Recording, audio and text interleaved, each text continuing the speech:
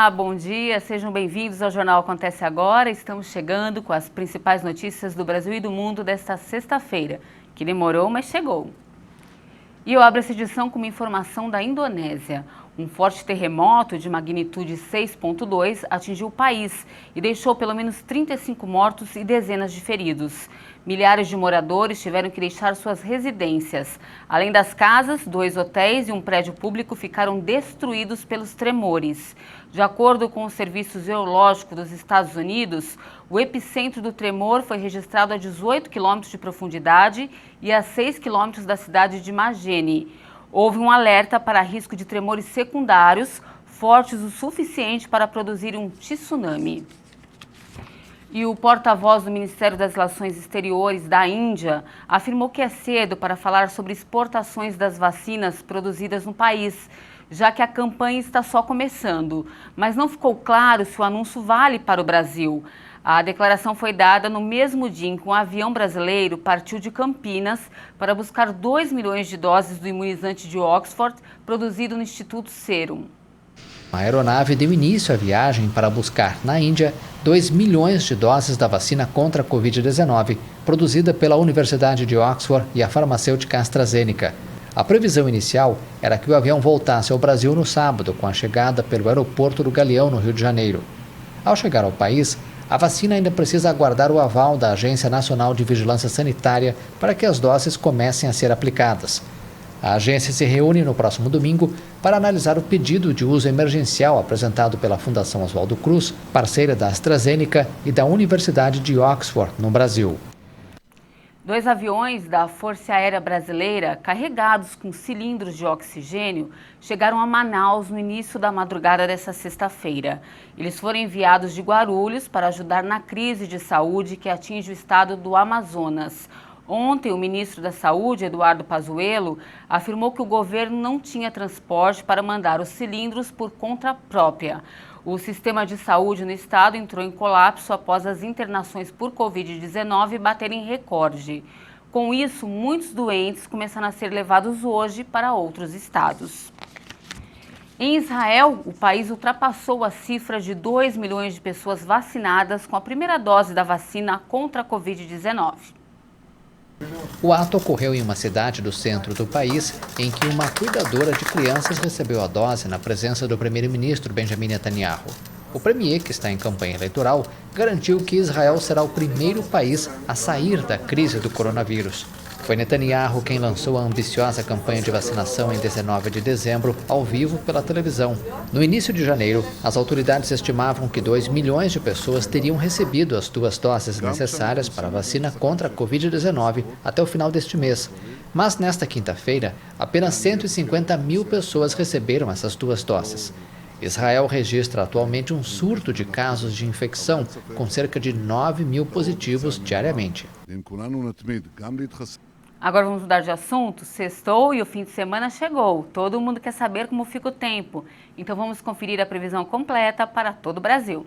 A sexta-feira será um dia muito instável na maior parte do país. Os temporais acontecem a qualquer hora em praticamente todo o centro-oeste e em várias áreas da região norte, inclusive nas capitais Manaus, Porto Velho e também na região de Palmas. As pancadas também serão frequentes, mas intercalando várias aberturas de sol no centro-oeste de Minas Gerais e de São Paulo. Na região da capital paulista, no Rio de Janeiro, em Vitória e em Belo Horizonte, o dia ainda começa com aberturas de sol, mas pode chover forte entre a tarde e a noite. O tempo vai ficar muito instável, com chuva fraca a moderada desde cedo sobre a região de Florianópolis, em Curitiba e em todo o leste da Bahia, inclusive em Salvador. O tempo vai ficar firme apenas em áreas do Rio Grande do Sul, no interior do Nordeste e também sobre as capitais Belém, São Luís e Fortaleza. Deve chover de forma passageira e sem alerta para temporais nas capitais da costa leste nordestina, inclusive em Recife e João Pessoa. A temperatura mínima prevista em Cuiabá é de 24 graus e faz 21 graus pela manhã no Rio de Janeiro, máxima de 27 graus em Brasília, 30 graus em Belo Horizonte e Salvador e a máxima é de 28 graus em São Paulo. Para encerrar essa edição, a campanha nacional de vacinação contra a Covid-19 deve começar em todo o Brasil na semana que vem. Mas o calendário de imunização ainda depende da autorização da Anvisa. Vamos ver. A Frente Nacional de Prefeitos disse que o ministro da Saúde, Eduardo Pazuello, confirmou o início da vacinação contra a Covid-19 para a próxima quarta-feira, às 10 da manhã. A reunião foi realizada virtualmente nesta quinta-feira, com cerca de 130 prefeitos e secretários de saúde dos municípios. A previsão é que 2 milhões de doses da vacina de Oxford cheguem ao Brasil para a vacinação na próxima semana. O avião que buscará a carga na Índia deixa o Brasil nesta sexta-feira. O imunizante produzido pela AstraZeneca foi comprado pelo Ministério da Saúde para garantir o início da vacinação. Além dele, os prefeitos contam com mais 6 milhões de doses da Coronavac ainda para o início da campanha, conforme publicou o prefeito de Florianópolis. Segundo Jean Loureiro, o Ministério não definiu como as doses serão distribuídas entre os municípios, mas já é certo que a remessa enviada será para aplicação de 2 doses, já que o intervalo entre a primeira e a segunda deve ser de 2 semanas. Outras 354 milhões de vacinas já adquiridas pelo Ministério da Saúde devem ser distribuídas ao longo do ano, sendo 30 milhões para fevereiro e 80 milhões em abril. Mas todo esse calendário ainda depende do aval da Anvisa. A Agência Nacional de Vigilância Sanitária analisa 2 pedidos de uso emergencial de vacinas no Brasil: a Coronavac, do Butantan, e a vacina de Oxford, da Fiocruz. Neste domingo, a diretoria colegiada da Anvisa se reúne com representantes das farmacêuticas e deve decidir se aprova ou não o uso das vacinas. A melhor vacina será aquela certificada pela Anvisa e disponibilizada para todo o povo. Nós vamos nos empenhar para tornar a cidade imune o mais rápido possível.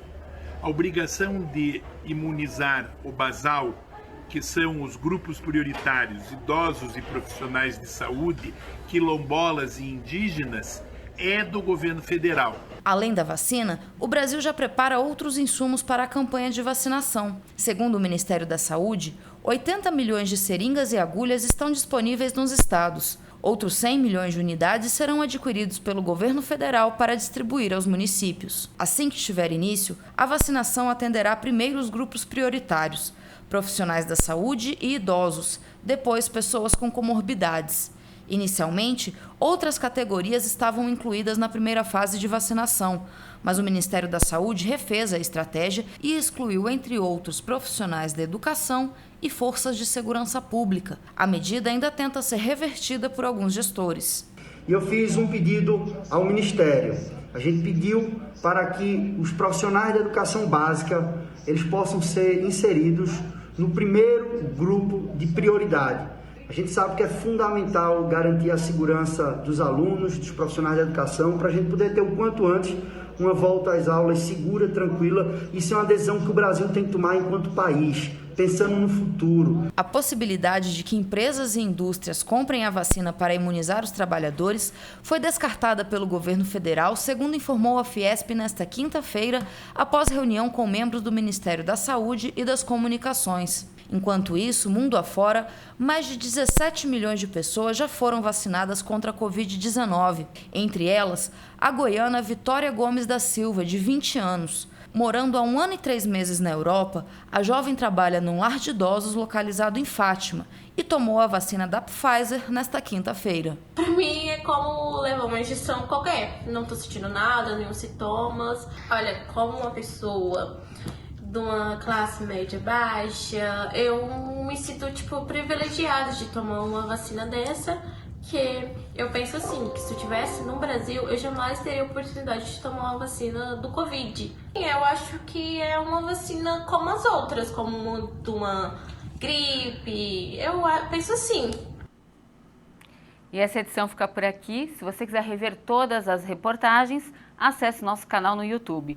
Muito obrigada pela companhia. Eu volto às 11 da manhã com algumas dicas simples para melhorar o atual local de trabalho de quem está em home office.